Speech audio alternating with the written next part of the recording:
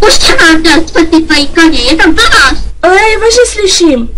A dost, ať si tě vezme tvá pravá máma. Ty jsi moje pravá máma.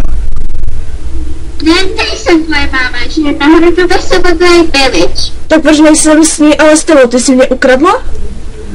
Ne, našel jsem tě před mým domem, mě zdálo. Ne, tě ochraňte prostě tím, že se stane něco hrozného. Prosím, nechte si ho. Děkuji královna Karlíčeky. Jdu za ní a ty mi v tom nezabráníš. Nepůjdeš nikam. Proč ne? Proč ne? Protože bohužel zemřela při autonehodě. Ne, nesahy na mě. Prostě mě ne. No to počkej. Najednou ti na mě záleží? Co? Nech mě. Tak, tady to je. Jdu teda zazvonit. Dun, dun, dun, dun, dun, dun, dun.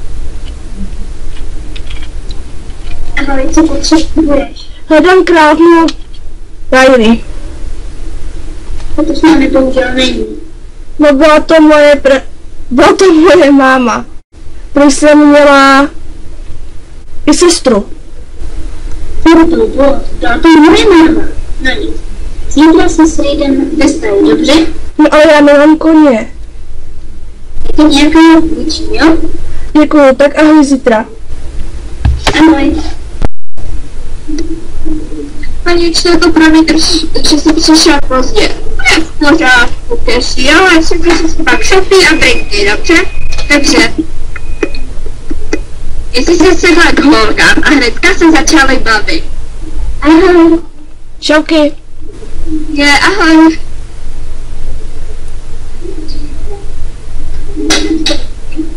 Holky, dáme se rozpostaví. No, dobře. Holky, už se tak těším. Holky, to nikomu neříkám, ale já nemám mámu. To je líto, já jsem zase měla otřes Bosnu. Víš, jak chodí. Tyjo, já bych asi šílela. Holky, taky mám jedno tajemství. Jaké? Nebudu to mít za blázna? Ne, nevídej. Já umím mluvit s koňmi. Děkuji, že slyším jejich hlasy. Když se někam podívám, je tam kůl. Vám to nepřijde divný? Je to divný, ale to je jedno, jsme přece nejlepší kamarádi. Sice krátkou dobu, ale jsme. Ano, na život a na smrt? Jo, a na smrt. Na smrt. Ano.